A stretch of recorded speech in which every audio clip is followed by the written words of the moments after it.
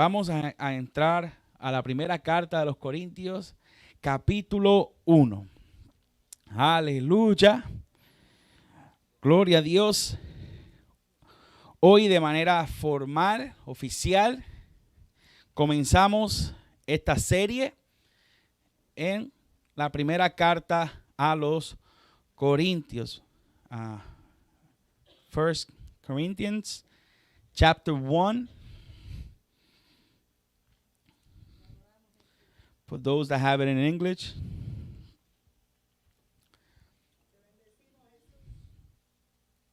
Hoy vamos a estar considerando los primeros 9 versículos. Los primeros 9 versículos. Cuando usted lo tenga, usted dice un amén bien fuerte. Amén. We're going to be reading the first 9 verses from chapter 1. Y la palabra dice así: en el nombre del Padre, del Hijo, del Espíritu Santo. Pablo, llamado a ser apóstol de Jesucristo por la voluntad de Dios, y el hermano Sóstenes, a la iglesia de Dios que está en Corinto, a los santificados en Cristo Jesús, llamados a ser santos, con todos los que en cualquier lugar invocan el nombre de nuestro Señor Jesucristo, Señor de ellos y nuestro. Gracia y paz a vosotros, de Dios nuestro Padre y del Señor Jesucristo. Gracias doy a mi Dios siempre por vosotros, por la gracia de Dios que os fue dada en Cristo Jesús. Porque en todas las cosas fuisteis enriquecidos en Él, en toda palabra y en toda ciencia, así como en testimonio acerca de Cristo ha sido confirmado en vosotros, de tal manera que nada os falta en ningún don, esperando la manifestación de nuestro Señor Jesucristo, el cual también os confirmará hasta el fin, para que seáis irreprensibles en el día de nuestro Señor Jesucristo. Fiel es Dios, por el cual fuisteis llamado a la comunión con su Hijo Jesucristo, nuestro Señor. Señor, te damos gracias. Aleluya. Así como he orado varias veces, Señor, que esta serie sea de bendición para cada uno de los hermanos, así como lo ha sido para mí. Te damos gracias en el nombre de Jesús. Amén y amén. Se pueden sentar y, como decimos los pentecostales, no tiene que sentar su alabanza. Amén. Aleluya. Usted puede sacar su libretita, tomar nota y alabar a Dios. Amén. Aleluya.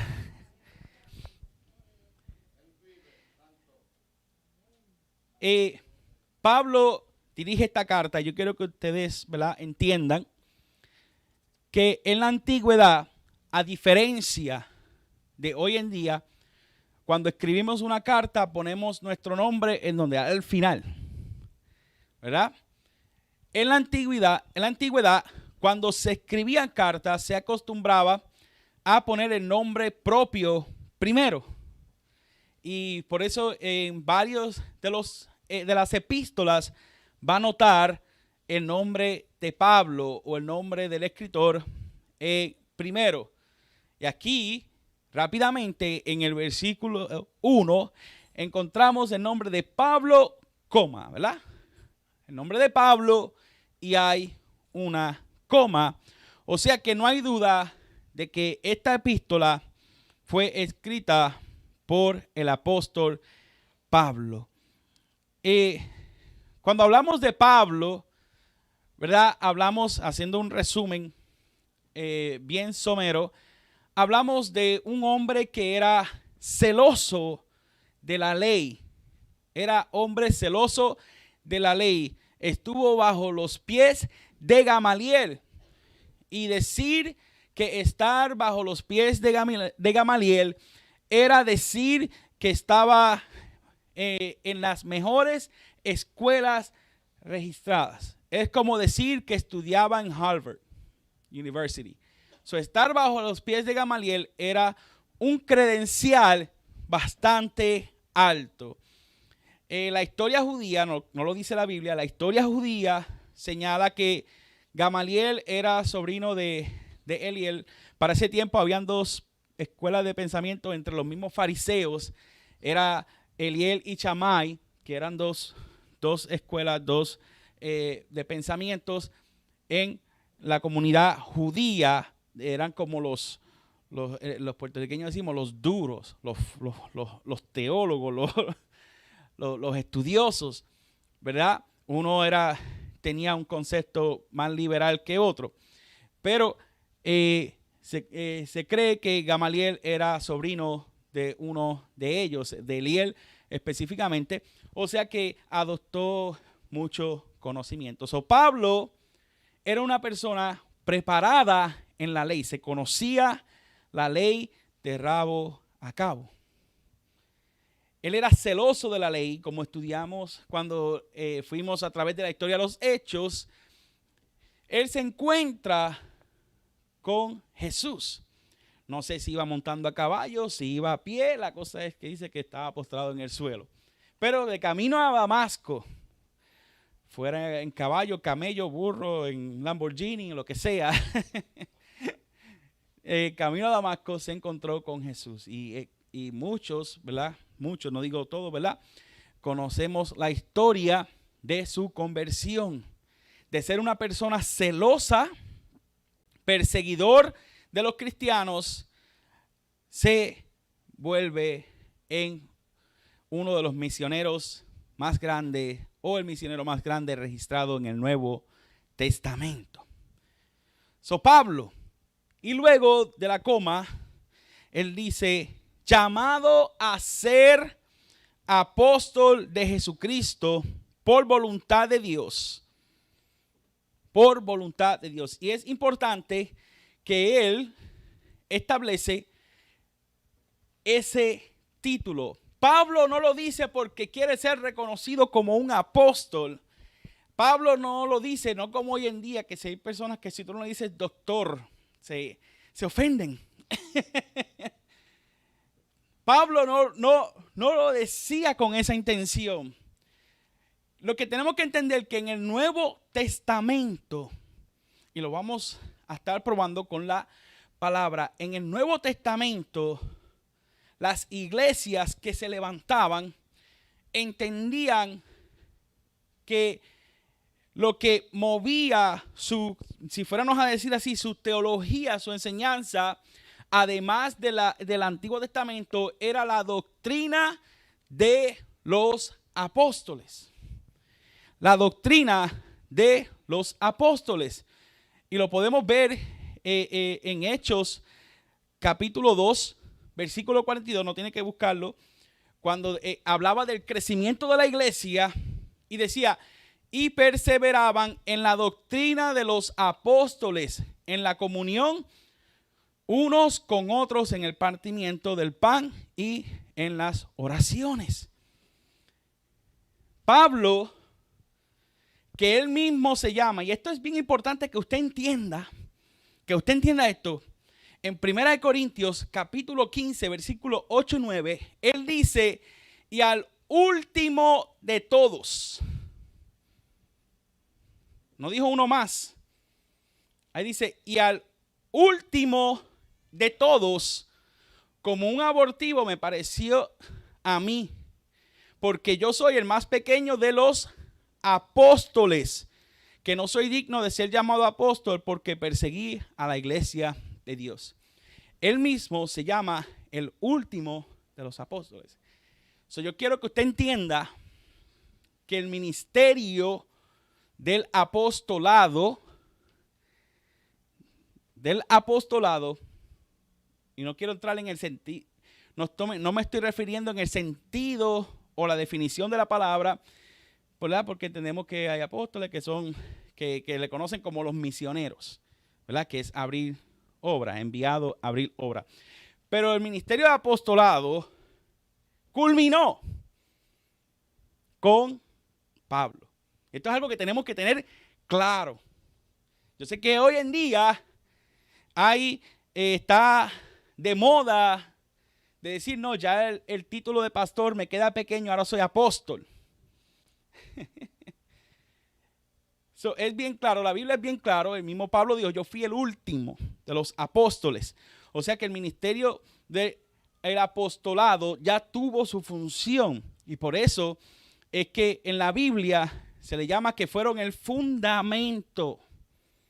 Juntamente con el ministerio de los profetas, fueron el fundamento para la edificación de la iglesia. Fueron el fundamento. Y los que conocen de construcción, no se hacen 1, 2, 3, 4, 5 fundamentos, sino solamente se hace un fundamento. Se establece un fundamento. Eso era importante que Pablo, que después, cuando entremos en la segunda carta, todavía va a estar existente ese problema de que negaban su llamado del apostolado. Pero Pablo es necesario decir, yo apóstol. ¿Por qué?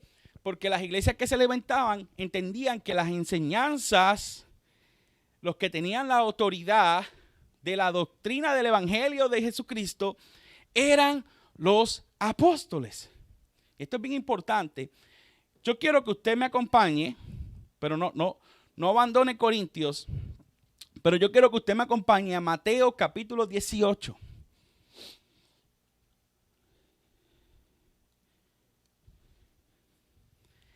Que esto es bien importante. Para que usted entiendan que los apóstoles tenían una autoridad doctrinal.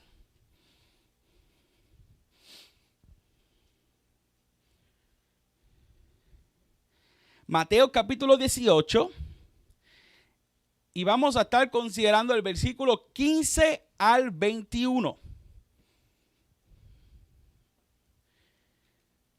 Mateo 18, versículos 15 al 21. Los que estuvieron en la vigilia pudieron, ¿verdad?, escuchar un poquito de esto. Pero yo quiero hablar de esto para que usted entienda. Porque hemos escuchado mucho esta expresión. No, yo tengo el poder de atar y desatar. Y que yo desato, y que yo ato, y yo desato, y yo ato. Y estamos atando y desatando y cancelando. Y todo es porque cogemos algo de la Biblia y lo sacamos. Hermano, nosotros somos unos expertos. Yo me incluyo. Nosotros somos unos expertos sacando las cosas de contexto. Somos unos expertos. Mire, yo quiero que usted me siga. Dice el versículo 15. Sí, yo creo que aquí casi todos tienen la Reina Valera. El tema dice, por ejemplo en la mía, dice, ¿cómo se debe perdonar, hermano? ¿Cómo se debe perdonar al hermano?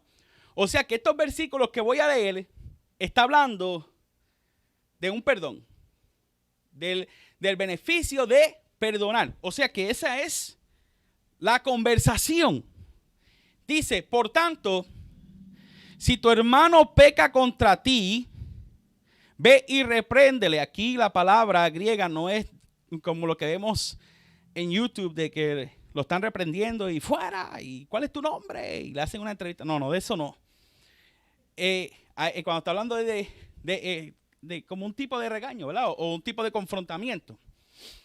Dice, ve y repréndele, estando tú y él solos. Y si te oyere, has ganado a tu hermano.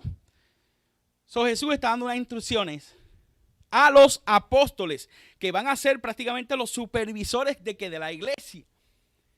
Y está hablando dando un ejemplo de un conflicto. Si tú tienes problema con un hermano, pues ve y trata de arreglar las cosas. Si no funciona, ahora entonces Jesús le da otra escala de la situación. Dice, mas si no te oyere, toma aún contigo a uno o dos. Ahora está hablando, si él no te escuchó, pues mira, trata ahora de buscarte 2 testigos y pues trata ahora de arreglar el asunto, pero con testigos. Y dice, toma aún contigo a uno o dos, para que en la boca de 2 o 3 testigos conste toda palabra.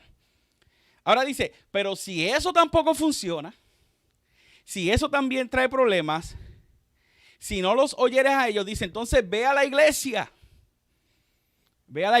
o sea, a la comunidad, y dile, y si no te oyere a la iglesia, entonces tenle por gentil publicano. Dice, ok, si tú tratas esas cosas y nada de eso te está funcionando, nada de eso te está dando resultado, entonces, le dice, entonces tú tienes todo el derecho de juzgarlo y tenerlo por gentil, en otras palabras, por pecador. Y entonces Jesús le da ese derecho de poder juzgar y usa un hebraísmo. En la Biblia hay algo que se llama hebraísmo, que son frases conocidas en el pueblo hebreo. Y dice, de cierto os digo que todo lo que atéis en la tierra será atado en el cielo, y todo lo que desatéis en la tierra será desatado en el cielo. Ok, hasta ahí, hermano, se está hablando de un tema de perdonar, de arreglar el asunto con tus hermanos, de caer en armonía. Pero si no, pues tú tienes el derecho de descartarlo. ¿Usted cree que en una conversación, por eso es que nosotros cogemos las cosas fuera de contexto, se está hablando del perdón y de repente Jesús va a decir, ahora, ahora desata y ata, que todo lo que tú pidas, que tú desates, va a llegar a ti, como se interpreta hoy en día, de que yo ato y desato carro, yo ato y desato casa, ato y desato y el demonio, que si esto y lo otro. Por eso es importante cuando uno estudia las escrituras mantenerse en el contexto. Y después dice, cuando hablaba de atar y desatar, era como que una frase que era conocido en un tribunal judío. Era una frase que en las cortes se usaba como para llegar a una sentencia. O sea, el juez tenía la autoridad de atar y desatar. El juez tenía la autoridad de llegar a una decisión, a una sentencia. Tenía la capacidad de dejarlo libre o tenía la capacidad de encarcelarlo. Y a eso es lo que se refiere. Entonces Jesús le está dando esta autoridad a los discípulos, entendiendo lo que iba a suceder, que la iglesia iba a crecer, que la iglesia se iba a expandir y los discípulos eran los que iban a ser los responsables de la doctrina que se le iba a estar enseñando. En otras palabras, para el tiempo de Pablo, la repetición es importante, tenían el Antiguo Testamento y tenían las cartas paulinas, que ya le hemos leído anteriormente en los otros versículos, como el mismo Pedro eleva las cartas de Pablo al mismo nivel de las escrituras. Y le dices, yo sé que son un poquito difíciles de entender, pero escúchenla, léenla y escúchenla, porque son palabras de Dios. O sea, al punto que yo quiero llegar, hermano, no se me pierda. Al punto que yo quiero llegar, que para el tiempo de Pablo entendía que la autoridad apostólica era importante para él poder enseñar una doctrina, porque a ellos se le habían asignado la autoridad de atar y desatar, de tomar sentencia. Si había un problema de fornicación, como vamos a estar estudiando más adelante, Pablo tenía una autoridad de dictar sentencia en los problemas que estaban sucediendo. Y nada más llevamos 2 palabritas, ¿verdad? En este versículo. Para que usted entienda la importancia. No era que yo soy apóstol para darme en el pecho y decir yo sí que es verdad. Pablo, apóstol de Jesucristo. Y habla, ¿verdad?, de Sóstenes, que Sóstenes era un principal de la sinagoga que se convirtió a Cristo. Sigue hacia adelante, dice, esto es bien importante para que nosotros podamos entender lo que es la gracia de Dios. Dice, a la iglesia de Dios que está en Corinto. Wow. ¿Ustedes se acuerdan todos los problemas que yo leí la semana pasada? Yo le envié las notas. Había un listado de 40 problemas aproximadamente que Pablo tuvo que trabajar con esa iglesia en Corinto. Y con todo y eso, Pablo escribe, se cree, ¿verdad?, que él envió una carta primero, eso está en el capítulo 5, ¿verdad? Versículo 9, si la mente no me falla, de Corintios. Da la ilusión que primero le parece que le envió una carta fuerte. Porque se cree que se perdió esa carta. Pero ahora le dice la iglesia de Dios que está en Corinto. No dice, y todos estos carnales que están en Corinto. Dice, la iglesia de Dios que está en Corinto. Y nosotros, mira, como seres humanos somos tan rápidos en cuestionar la salvación de una persona porque me quedó mal una vez.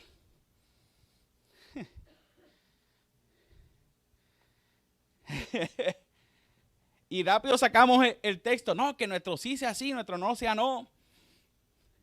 Y porque quedamos mal una vez, olvídate, tú dices, no, ese no tiene a Cristo, porque el que no tiene a Cristo no me queda mal. Pero sin embargo, tenemos a Pablo, que en su salutación dice, la iglesia de Dios que está en Corinto. Eso es para que nosotros entendamos la gracia de Dios. Porque si hubiera sido el pastor Abimael Ayala, y le voy a enviar una carta a Corintios, le digo a ustedes que son unos carnales, pecadores, necesitan arrepentirse de nuevo. Ustedes son todos, como dicen en el Caribe, los hijos del diablo. Pero Pablo dice, la iglesia de Dios que está en Corinto.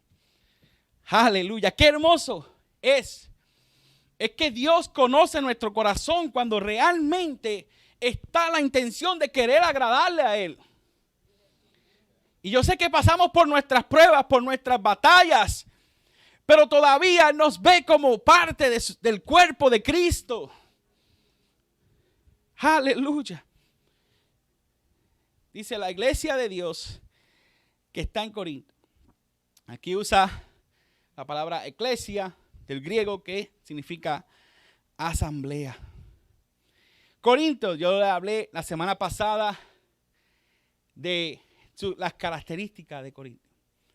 Le hablé la semana pasada, mira, era una ciudad económicamente fuerte, ¿verdad? Atenas eran los intelectuosos, que era la ciudad que estaba cerca de Corinto, y Corinto eran los comerciantes, los que hacían mucho dinero, pero que moralmente estaba por el suelo. Eran inmorales. Ahí servían a varios dioses, lo que era la prostitución, lo que era la fornicación, adulterio, todo estaba envuelto en esa ciudad. Todo lo malo que usted puede pensar estaba allí, en esa ciudad. Que yo le enseñaba la semana pasada que inclusive a la persona que era inmoral le decían, tú eres un Corinto, aunque no fuera de Corinto. Aunque no fuera de Corinto, decían, tú eres un corintio. Tú eres un corintio. Porque tú haces todo lo malo. Y esa era la reputación que tenía esa ciudad. La iglesia de Dios, lo que es bueno, lo que es santo, Dios, que es bueno, que es santo, omnipotente, perfecto, que está en Corinto, lo malo, lo inmoral, lo perverso,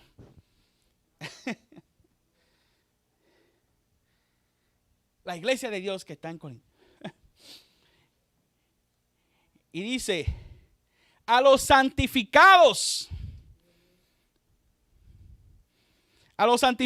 en Cristo Jesús, llamados a ser santos.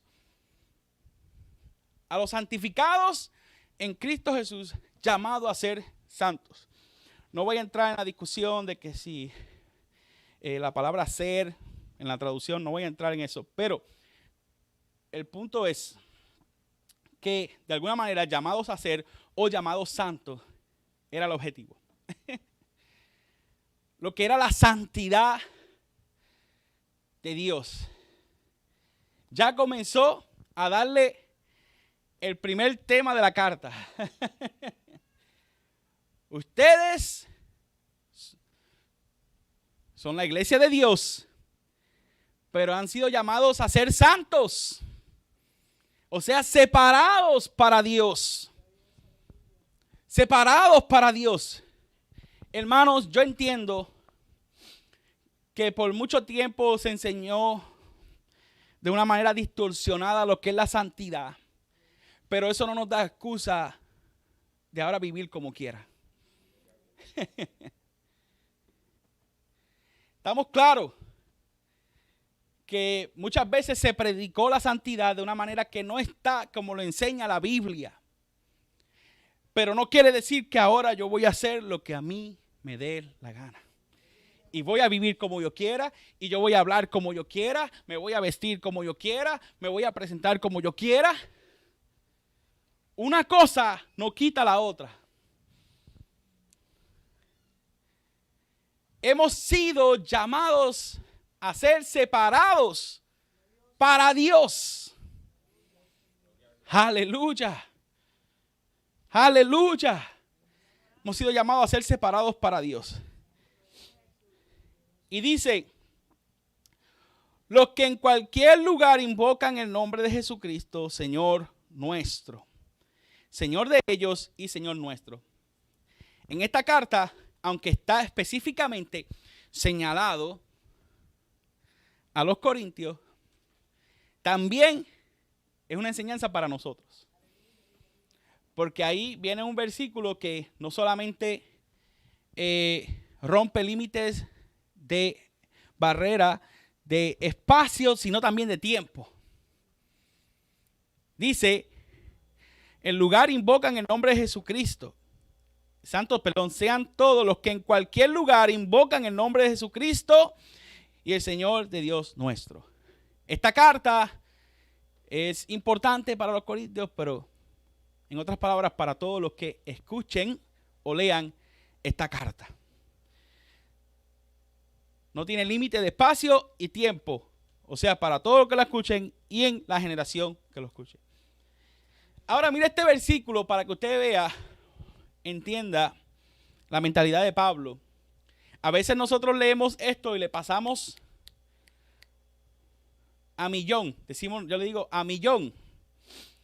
Dice, gracia y paz a vosotros de Dios nuestro Padre y del Señor Jesucristo. Nosotros leemos ese versículo y decimos, ok, gracia y paz sea para todos. Pero cuando entendemos el contexto de la ciudad de Corinto, de quién estaba compuesto la ciudad de Corinto. La ciudad de Corinto fácilmente se puede asimilar como una iglesia aquí en los Estados Unidos, que hay diferentes razas, diferentes culturas, diferentes lenguajes. Cuando Pablo usa en su carta la expresión gracia y paz, gracia queris y paz shalom.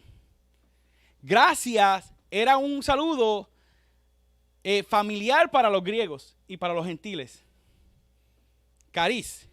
Y shalom era un saludo que era acostumbrado para los judíos. So Pablo entendía la oportunidad de decir, no, yo solamente voy a hablar aquí a los judíos, o solamente voy a hablarle a los griegos o a los gentiles, sino que en la salutación él hace la salvedad de decir gracia y paz, cariz y shalom, o sea, es para todos. Y es una de las cosas que yo, trabajando así con el distrito, en el concilio, he tenido la oportunidad de conversar con pastores que vienen de Puerto Rico, o vienen del Caribe, o vienen de otro lugar, pero especialmente pasa con nosotros, con los puertorriqueños. El puertorriqueño se cree que evangelizar es puertorriqueñizar. Así que yo puedo hablar. Y entonces, pues tenemos personas que tuvieron la experiencia de pastorear en Puerto Rico, pero cuando vienen a Estados Unidos quieren pastorear como si estuvieran en Puerto Rico. Y yo he tenido esas conversaciones con pastores que han llegado de la isla. Y yo le digo, acuérdate que en Estados Unidos tú no solamente vas a pastorear puertorriqueños. Te van a llegar gente de diferentes culturas, de diferentes países. Entonces, pues, por eso es que a veces viene el problema.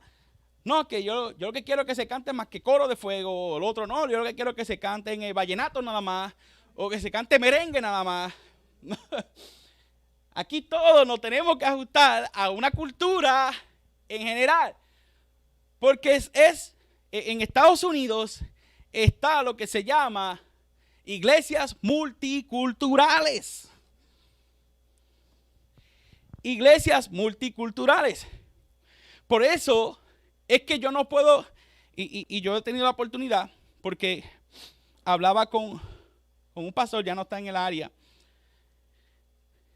pero se daba la queja de que el pastor predicaba y empezaba, ya porque en Llorén Torres, porque allá en Loíza, porque allá en La Perla, o porque allá en Ponce.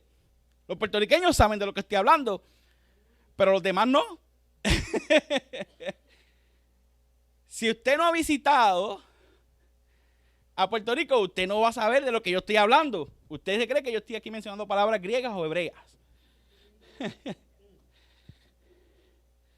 Por eso es importante entender la naturaleza. Nosotros no fuimos llamados a culturalizar la gente. Si usted quiere saber, y esto es importante, esto se da en la clase del MISPA, en lo que se llama misionología. Si no me equivoco es David que le está dando misionología, que David sabe. No hemos sido llamados a culturalizar la gente, hemos sido llamados a evangelizar la gente. Y vemos un sentido de madurez en Pablo y de sabiduría, de entender. Pablo, una persona que estudió la ley, pero también estudió en Tarso. O sea que él estaba bien familiarizado con los pensamientos griegos y todo este tipo de pensamiento gentil. O sea que la importancia como pastor de tener la capacidad. ¿Ve? Hay culturas que le gusta escuchar a un predicador gritando que no se le entiende nada. Y que esté sin aire.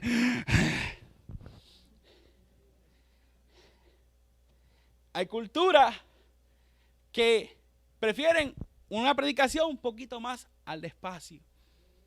Que yo pueda entender, que yo pueda coger notas, que pueda ser edificado. ¿Verdad? Pero siempre hay que buscar un balance. Un balance. No es que voy a tratar, tampoco no es que ahora voy a tratar de poder satisfacer a todos, porque eso es difícil. Yo mismo me he encontrado, yo he tratado de predicar un poquito más despacio porque entiendo que no todos somos del Caribe. Pero a veces se me olvida y me voy a 100 hablando y lo reconozco y pido disculpas de antemano. Pero mire, solamente en ese versículo Pablo nos dio una clase de misionología. Pablo nos dio una cátedra de la importancia de entender con las personas que tú estás trabajando. ¿Usted cree que Pablo se tiraba a lo loco y no sabía lo que estaba sucediendo en cada ciudad? Pablo entendía cuál era la problemática que había en esa ciudad. Pablo entendía cuál era la población. En el mismo concilio ha sucedido cosas que hay personas que dicen, yo voy a abrir una obra hispana en un lugar, en una ciudad donde viven quizás 10 hispanos. Pues si tú vas a abrir la obra, tienes que estar dispuesto también a dar el servicio en inglés.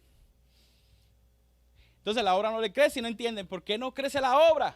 Porque tú abriste una obra hispana en un lugar donde solamente hay 10 hispanos. Y Pablo era bien sabio, inteligente, en entender el lugar donde él estaba. Gracia y paz, cariz y shalom. So, si se me olvida y lo saludo de esa manera, ya usted sabe. Gracias a Dios, a mi Dios siempre, por vosotros, por la gracia de Dios que fue dada en Cristo. Mire, y esto es bien importante para que usted entienda que la iglesia de Corinto no era cualquier iglesia. La semana pasada le leí 40 problemas con los que lidió Pablo. Solamente en la primera carta de los Corintios. Pero ahora, mire, esto no era cualquier iglesia, no era cualquier grupo. Mire, dice, porque en todas las cosas fuiste enriquecidos en él, en toda palabra y en toda ciencia. O sea, que no fue una iglesia que le faltó educación. En otras palabras, fuiste enriquecidas en él. Y después dice, en toda palabra y en toda ciencia. En otras palabras, ya están comenzando a decirle, no es que ahora usted no me puede venir con la excusa, yo no sabía. Le dice número 1, en otras palabras, a ustedes se le enseñó la palabra. No por encima, le dijo, toda palabra y toda ciencia. Dice, así como el testimonio acerca de Cristo ha sido confirmado en vosotros. En otras palabras, ahí le está dando como Pablo está prácticamente enseñándole el currículo y las notaciones de todo lo que se le enseñó a esa iglesia, cómo se le preparó. Le digo, a usted se le enseñaron en todo. En otras palabras, se le declaró a ustedes las enseñanzas de Jesucristo, el mismo misterio que se le reveló a Pablo, que él lo habla en Gálatas capítulo 1, como el mismo Jesucristo le enseñó el evangelio a él. Y cuando por fin pudo hablar con los apóstoles, los mismos apóstoles podían dar testimonio de que lo que Pablo enseñaba estaba a la par con lo que Jesús le había enseñado a ellos aquí en la tierra. Eso se le enseñó la palabra, se le enseñó de toda ciencia, se le enseñó acerca de Jesucristo. Fueron confirmados de tal manera que, mire, era una iglesia que nada le faltaba en don. Amén, aleluya. Así como, mire, yo quiero que te entienda. No había iglesia que estuviera tan equipada como la iglesia de Corinto. Ni cuando tú lees en los Romanos, ni cuando tú lees en Tesalonicenses, aun cuando tú lees en Éfeso, cuando tú lees en otras epístolas, no se encuentra una iglesia que estuviera tan equipada como la iglesia de Corinto. Dice, de tal manera que nada os falta en ningún don, esperando la manifestación de nuestro Señor Jesucristo, el cual también os confirmará hasta el fin, para que seáis irreprensibles en todo. Día de nuestro Señor Jesucristo. Fiel es Dios, por el cual fuisteis llamados a la comunión con su Hijo Jesucristo, nuestro Señor. Ahí le está explicando también su intención En otras palabras, Pablo le está diciendo, ustedes no tienen excusa. A ustedes se les enseñó la palabra. A ustedes se les discipuló. A ustedes se les dio seminarios. A ustedes se les dio consejería bíblica. Ustedes están equipados con los dones. Porque vamos a ver más adelante, no me quiero adelantar mucho, porque los dones eran para el propósito de la edificación de la iglesia, de la evangelización, de la proclamación del evangelio. O sea que el que hablaba en lenguas era para que fuera y le predicara a aquel que hablaba las mismas lenguas que él estaba hablando. Y le hablara de la grandeza de Cristo a esa persona. Pero no lo estaban haciendo. Era una iglesia equipada. Era una iglesia preparada. Y es como que hay un mecánico y alguien viene y le entrega todas las herramientas y marca Craftsman. Viene un mecánico y dice, necesito herramientas. Y viene el hermano Carlos y viene con todo tipo de herramientas para regalárselo a esa persona. Que no le falte nada. Ni un destornillador. O sea, la iglesia de Corinto, para que nosotros entendamos que los dones y todo lo que tenemos, Dios los reparte como Él quiere. En nuestra forma de pensar y de ver las cosas, Corinto no merecía ni siquiera la autoridad de ministrarle un mime.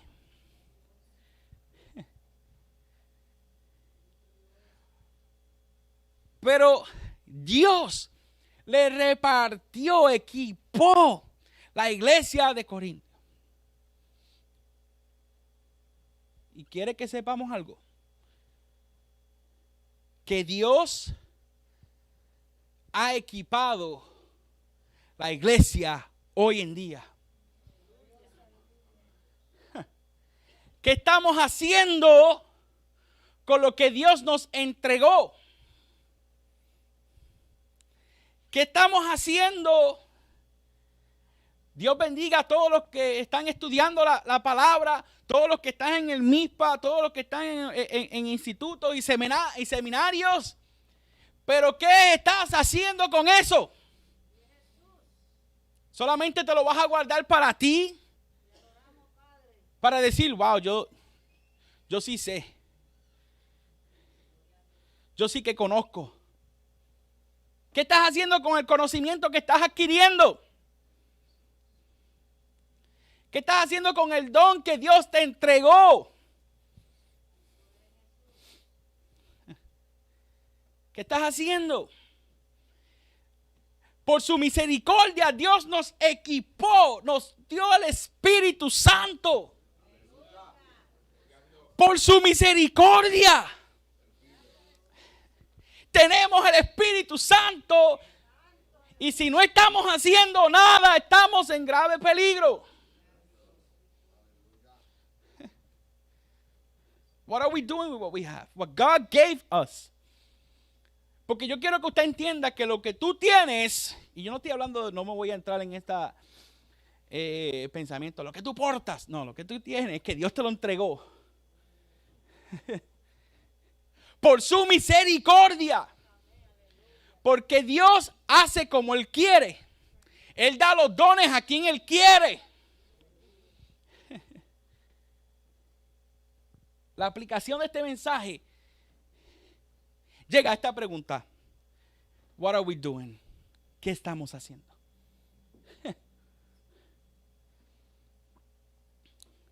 De nada me sirve que yo cante bonito si no canto al Señor. De nada me sirve que yo tenga un buen talento de oratoria si no estoy predicando de Cristo. De nada me sirve que yo tenga tantos conocimientos en administración si no lo uso para la obra de Cristo. De nada me sirve que el talento, ¿verdad? Aunque la parábola de talento ahí está hablando de moneda, literalmente, ¿no? A veces lo usamos fuera de contexto. Pero el talento que Dios te ha dado, ¿cómo lo estás usando?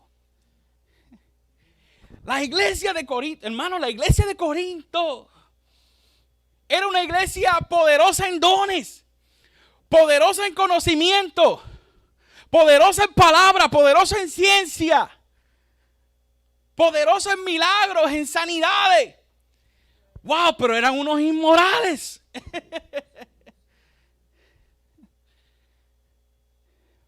What are we doing?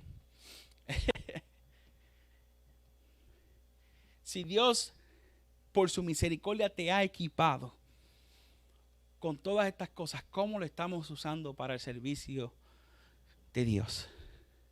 Para el evangelio. Para su evangelio. Y esto no es de coger parte, porque aquí todos somos cristianos y nos aplaudimos y no, aunque yo cante con 40 gallos, la gente va a venir a decir, pastor, wow, qué lindo cantó.